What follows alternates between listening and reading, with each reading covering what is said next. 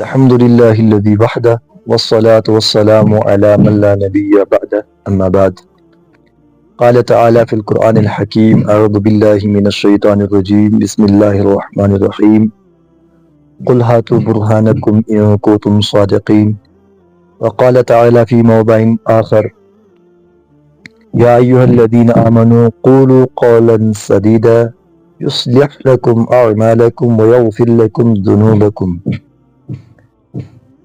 صدق اللہ العظیم و صدق رسولہ النبی الکریم۔ محترم و مکرم عزیز و غیور قابل عزت و احترام سامعین کرام اور راضین کرام، سمجھ نہیں آتا دنیا کا حساب الٹا، سمجھ نہیں آتا دنیا کا حساب الٹا، کہہ دو کسی کو سیدھی بات ملتا ہے جواب الٹا۔ دور حاضر میں کہیں سارے فتنے اور فسادات ہیں، لیکن آج جس مضمون پہ ہم گفتگو کرنے والے ہیں وہ چند سوالات ہیں جس پر آج ہم بات کرنا چاہیں گے۔ پہلی بات یہ ہے کہ قرآن اور حدیث کے ساتھ ظلم کرنے والے کون ہیں؟ ایک صاحب نے ہم سے سوالات بھیجے تھے، ان کا جواب ریکارڈ کروا رہے ہیں۔ دین کے نام پر بے دینی پھیلانے والے کون ہیں؟ یہ دوسرا سوال ہے۔ تیسرا سوال ہے وہ کون کون سی جماعتیں ہیں جو شروع تو دین پر ہوئی اور انجام ان کا گمراہی اور بدعات اور خرافات پر ہوا؟ اور چوتھا انہوں اور آخری سوال یہ کیا ہے کہ کم علمی کتنی بڑی بلا ہے؟ تو محترم، یہ کوئی چھوٹے سوالات نہیں ہیں جن کا جواب دینا اتنا آسان ہو۔ کوشش کریں گے کہ ان کو اچھے طریقے سے جواب دیا جا سکے۔ جہاں تک ان کے پہلے سوال کا تعلق ہے کہ قرآن و حدیث کے ساتھ ظلم کرنے والے کون ہیں، تو محترم، قرآن و حدیث کے ساتھ ظلم کرنے والے وہ لوگ ہیں جو اس دور کے اندر خود سے قرآن اور حدیث کے اوپر باتیں کرنے بیٹھے ہیں کہ ہم قرآن کو جانتے ہیں، ہم حدیث کو جانتے ہیں۔ وہ آج کی نوجوان جماعت ہے جو خود قرآن اور احادیث کی باتیں کرنے کے پیچھے پڑے کہ ہم قرآن کو جانتے ہیں، ہم حدیث کو جانتے ہیں، حالانکہ نہ ہی وہ قرآن کو جانتے ہیں نہ حدیث کو جانتے ہیں۔ اب فلاں عالم غلط بات کر رہا ہے، فلاں مفتی نے غلط بات کی، یہ ان کے زبان پر آئے دن چڑھا رہتا ہے۔ جانچنے کا طریقہ کیا ہے کہ شریعت میں یہ مسئلہ کس طریقے سے اردو کتابیں اور ترجمے پڑھ کے۔ حالانکہ میں آپ کو ایک اصول بتانا چاہوں گا کہ اگر انسان کسی عدالت میں کوئی کیس لڑتا ہے، کسی چیز پہ کیس چل رہا ہے، اس کیس کے اوپر انسان ایک وکیل لڑ رہا ہے، اس جو کیس کے اوپر ثبوت ہے وہ ثبوت انگلش میں ہے، فارسی میں ہے، عربی میں ہے۔ اب ایک انسان نہ ہی عربی جانتا ہے، نہ ہی انگلش جانتا ہے، نہ ہی فارسی جانتا ہے، نہ ہی اردو جانتا ہے، اور اس کی زبان یا لاطینی ہے یا دیگر کسی اور زبان سے فرانسیسی زبان بولتا ہے یا وہ چینی بھاشا بولتا ہے۔ وہ انسان کس طریقے سے اس انسان کے بارے میں صحیح فیصلہ سنا سکتا ہے کہ اس انسان کے حق میں کیا صحیح بات ہے کیا غلط بات ہے؟ کیونکہ اس کے خلاف جتنے بھی شواہد ہیں یا اس کے حق میں جتنے شواہد ہیں تمام دیگر زبانوں میں، تو سب سے پہلے اس وکیل صاحب کو ان زبانوں پر عبور حاصل کرنا لازم ہوگا۔ جو تراجم ہیں ان سے وہ صحیح بات نہیں سامنے لا سکتا ہے۔ تراجم میں بہت ساری باتیں نہیں آتی ہیں، کیونکہ آپ سمجھ سکتے ہیں بہت ساری چیزیں جو ہوتی ہیں وہ زبان سے ہی پتہ چلتا ہے اس زبان میں کیا ہے کیا نہیں ہے۔ دوسرے ترجمہ کرنے والا اپنے فہم سے ترجمہ کرتا ہے، کچھ چیزیں رہ جاتی ہیں چاہے کتنا ہی فصیح و بلیغ ترجمہ کرنے والا انسان موجود ہو۔ اسی طریقے سے جب قرآن کی زبان عربی ہے، سب سے زیادہ دین کی جو لٹریچر اور کتابیں ہیں وہ عربی میں ہیں۔ اس کے بعد جتنے بھی دین کی کتابیں ہیں، دین کے اسباق ہیں، دین کے متعلق پیغامات ہیں، وہ فارسی میں ہیں۔ تیسرے درجے میں اردو میں ہیں۔ دور حاضر میں تو اب فارسی میں نہیں اردو میں ہے، لیکن پرانے جو اصل علوم ہے وہ فارسی میں بھی ہیں۔ عربی کے بعد اگر کسی زبان میں زیادہ طاقت اور فصاحت و بلاغت ہے وہ فارسی ہے۔ آج کل کے نوجوانوں کا یہ حال ہے، عربی تو دور، فارسی تو دور، وہ اردو کو صحیح سے نہ لکھ پاتے ہیں نہ ہی پڑھ پاتے ہیں۔ اور اب کام کیا ہے، وہ اب دین کے اندر غلطیاں اور کوتاہیاں نکالنے بیٹھتے ہیں۔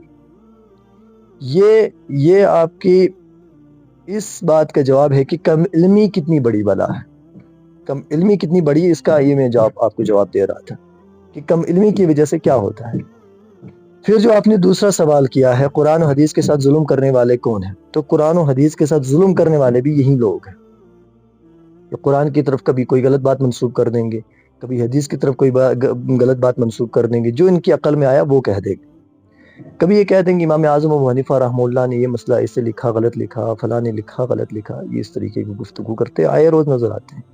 حالانکہ میں کہنا چاہوں گا کہ یہ جن کتابوں سے استدلال کرتے ہیں وہ یا تو بخاری شریف ہے، مسلم شریف ہے، یا سنن کی چاروں کتابیں ہیں، یا مشکات شریف ہے، یا موطا امام مالک ہوئی، یا دیگر بڑی کتابیں ہیں طبرانی شریف وغیرہ، ان کتابوں سے استدلال کرتے ہیں۔